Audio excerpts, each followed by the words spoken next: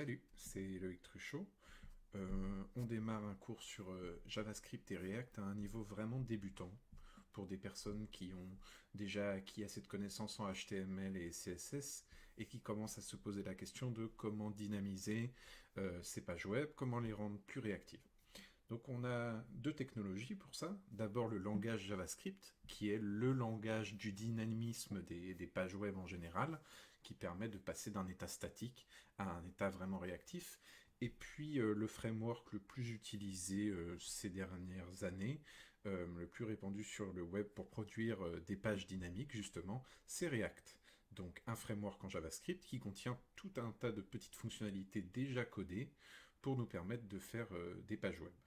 Alors que JavaScript, bien sûr, c'est tout un langage de programmation qui servait seulement pour le web il y a une quinzaine d'années, mais qui aujourd'hui sert à plein d'autres endroits. Par exemple, en back-end, avec Node.js, pas seulement pour du back-end, on peut faire des applications mobiles, on peut faire des applications desktop, on peut faire tout aujourd'hui avec JavaScript, et a fortiori, on peut faire tout sur le web. Euh, et on va découvrir ça ensemble un petit peu plus en détail. Alors, pour commencer, un petit peu de tooling.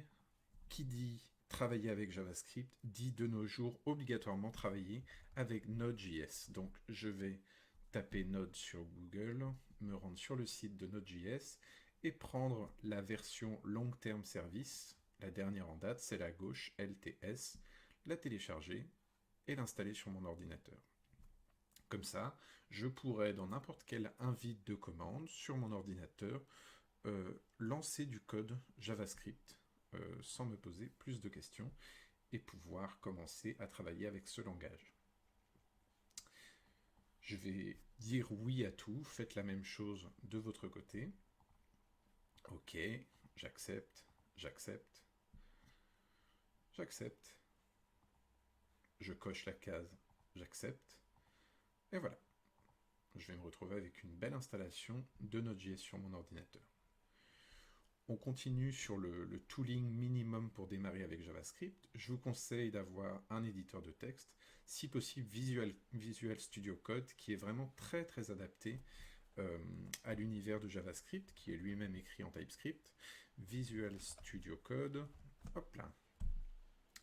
Pareil, hein, pas difficile de le trouver sur le web. On télécharge le petit installeur, un petit peu plus gros que JavaScript, que Node.js. Ok, finish. Je dis oui à tout pendant mon installation de Node.js. Je dis oui, je dis oui. Je dis oui. Donc vous aussi, vous aurez sans doute des petites invites de commande qui s'ouvriront pour finaliser l'installation de Node sous Windows, qui est un tout petit peu plus laborieuse que sous Linux, mais vous allez vous en sortir sans souci. Il suffit de suivre les consignes. Voilà.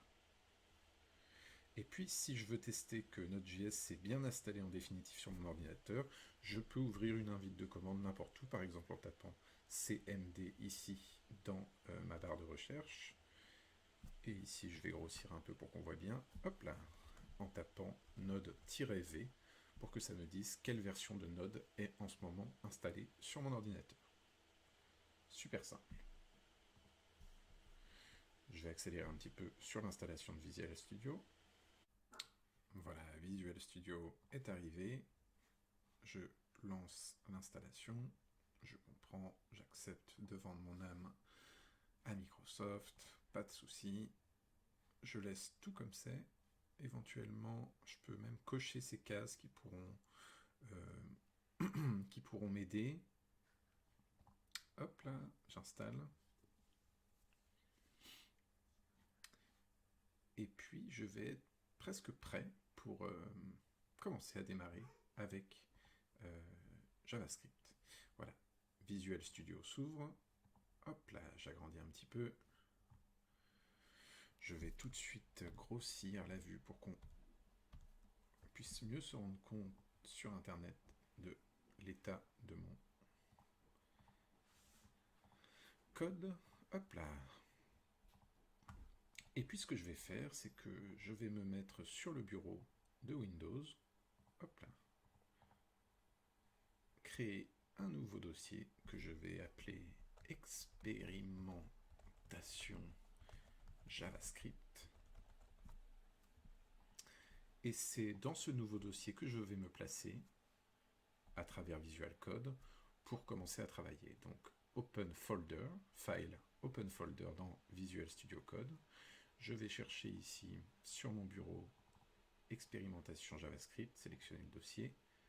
Hop, il n'y a rien dedans. Et je vais créer mon tout premier fichier JavaScript. Je vais l'appeler index.js. Ça n'a aucun intérêt pour l'instant particulier, le nom de ce fichier. Et dedans, je vais pouvoir commencer à coder en JavaScript.